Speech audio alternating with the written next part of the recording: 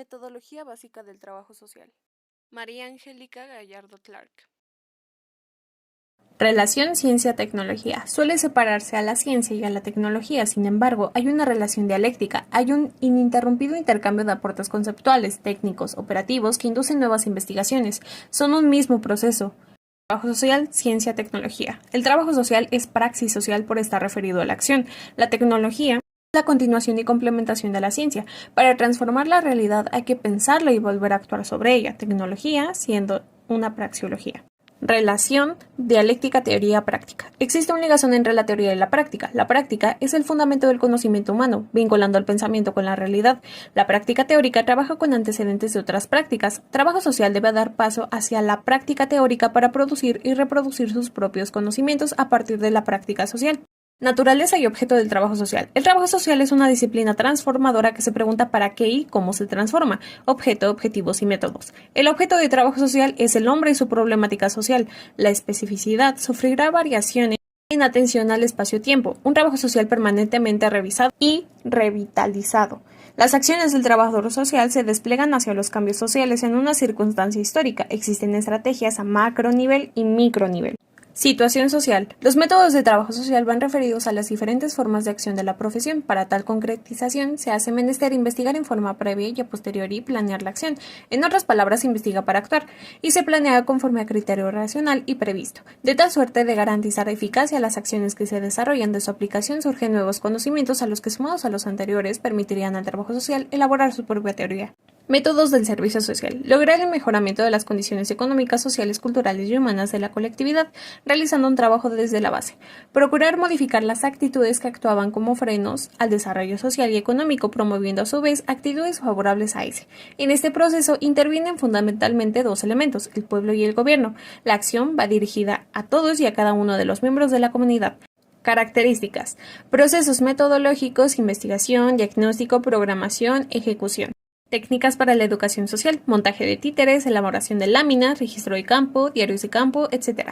Investigación preliminar, principales características, estructuración, configuración, formas de relaciones, necesidades emergentes, contradicciones que existen, principales usos, valores, costumbres y modalidades de pensamiento de la gente. Investigación descriptiva, se pretende la obtención de un conocimiento válido de la situación social con fines de acción transformadora, ya que se trata de una acción reflexionada y racional que sirva a la construcción de una teoría para sí. Uso de técnicas. Son las técnicas de observación para la recolección de datos. El registro de campo puede ser reemplazado por la cédula de campo, en la cual se van seleccionando los aspectos más significativos y con más frecuencia. Los cuestionarios ayudan a incorporar valiosos datos, permiten extraer a través de la observación algunos otros elementos de la vida familiar y ambiental. La técnica de estructuración de grupos se utiliza para dar vida al equipo de trabajo y significa el principal nexo de comunicación con las bases. La educación en esta etapa. Las modalidades en esta educación se basan en tres sentidos: capacitación básica, la toma de conciencia y concientización, capacitación técnica, va dirigida a preparar técnicamente al grupo para una participación eficaz, y la asesoría social. El diagnóstico es el punto de partida de la programación. Es una descripción previa de los problemas habidos, su naturaleza y los recursos existentes para darle solución. El diagnóstico general incluye dos esquemas: el de mecanismos de jerarquización de problemas, que consta de 5 columnas: la formación de los problemas, la obtención de datos estadísticos, valores o criterios para la categorización, el balance de criterios y diagnóstico, que continúa con el esquema 1. Este diagnóstico da un tercer grado de urgencia, donde tiene lista de problemas ordenados, la naturaleza del problema y su relación con otros, el porcentaje de la población que es afectada por el problema y los recursos existentes para la solución del problema. Programación. Es la metodología para la toma de decisiones. En esta se escogen entre las alternativas disponibles, que son los objetivos o fines, y el de medios e instrumentos. Este debe comenzar por señalar las metas, al igual que revisar planes, programas y proyectos específicos existentes. Continuar con la determinación de recursos, ya sean humanos, materiales, técnicos o financieros. De esto se desprende el planteamiento de las alternativas diferentes de acción. Para la elaboración de programas se planificó un sistema de listas para su implementación que incluye el listado de problemas jerarquizados, las metas a alcanzar, el plazo en el que se debe cumplir, las actividades y contenido educativo para alcanzar los objetivos, los recursos que se tienen para la realización de las actividades y los sistemas de evaluación del programa. La ejecución es donde se pone en marcha los programas y proyectos específicos. Evaluación consiste en comparar lo propuesto con lo alcanzado. Es un proceso metodológico que se presenta desde los primeros contactos con los sujetos. Permite detectar fallas y nos permite comprobar las hipótesis. Si se verifican, entonces pasamos de una práctica social a una práctica teórica. Generalidades sobre la educación. En la concepción tradicional se considera al hombre como un ser pensante que puede recibir los conocimientos del educador. En la concepción moderna, identifica al hombre como un actor social con la capacidad de pensar y de conocer. Para cómo era la educación en trabajo social, era más reflejada que internacionalizada, era de corte vertical donde uno enseña y uno aprende. Usaba elementos armonizadores, no veía las causas ni el contexto, buscaba formas, hábitos, no tenía sistematización. La educación, una función reorientada. La función educadora busca atacar los estados de insuficiencia, generando transformaciones en las estructuras mentales que incidan en las estructuras materiales. La naturaleza de esta función. Sus características son: se hace con una intención, es sistemática, es científica, es horizontal y tiene capacidad proyectiva, es decir, puede actuar en dos niveles. Dentro de este proceso educativo existirán dos actores, el trabajador social y las personas o grupos. Las tareas de la función educadora. Capacitación básica. Consiste en poner en contacto a los hombres con su realidad generando una conciencia. Su objetivo es alcanzar una percepción crítica, observarse a sí mismo, cambiar la conducta, entre otros. Ahora bien, ¿cuáles son las condiciones para mirar una realidad? Debemos basarnos en lo regional, ser reflexivos, describir sus elementos y jerarquizarlos. La toma de conciencia puede suceder en dos niveles, uno mágico donde no se capta la totalidad y otro crítico, donde se aprehende la totalidad las parcialidades del hecho. Fundamentos del método psicosocial. El método representa un camino a la acción. Se fundamenta en la posibilidad del hombre de ser libre para trazar su camino.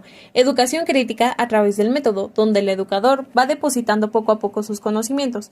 El método va dirigido a generar una conciencia crítica. Reconoce la posibilidad del hombre de construir su propia historia. El hombre no es un simple espectador pasivo de la realidad, sino un sujeto creativo. Es un ser de la praxis, pues los hombres son actores con capacidad de conocerse a sí mismo y autocontemplarse.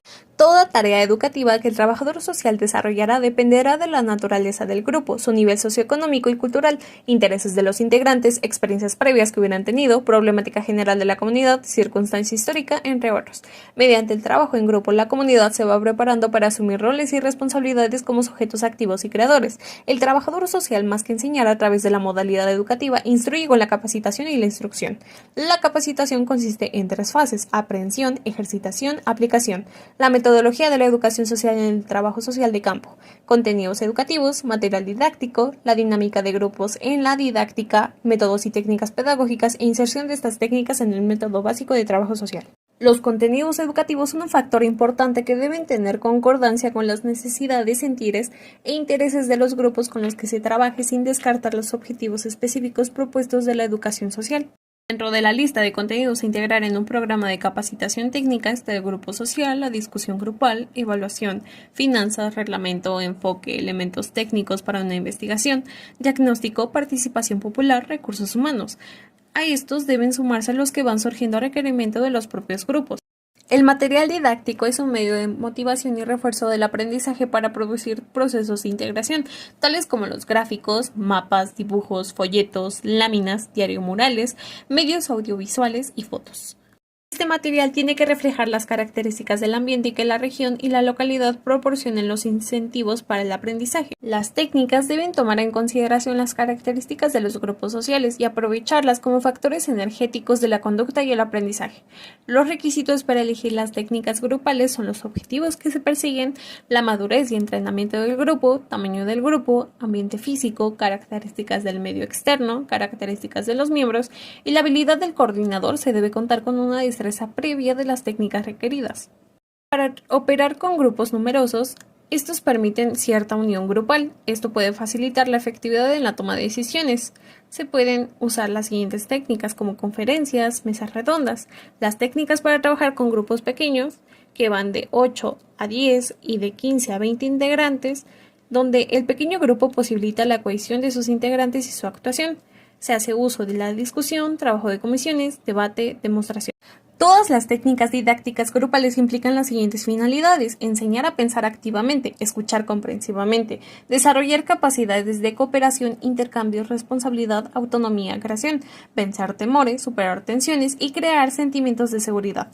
Existen obstáculos que impiden poner en marcha estas sugerencias y por su aplicación se debe dar la posibilidad de que los sujetos de acción reciban todos los elementos que les son necesarios, que los lleven a una conciencia real del mundo, a un aprendizaje activo y reflexivo para prever situaciones y elaborar estrategias y técnicas para operar su futuro.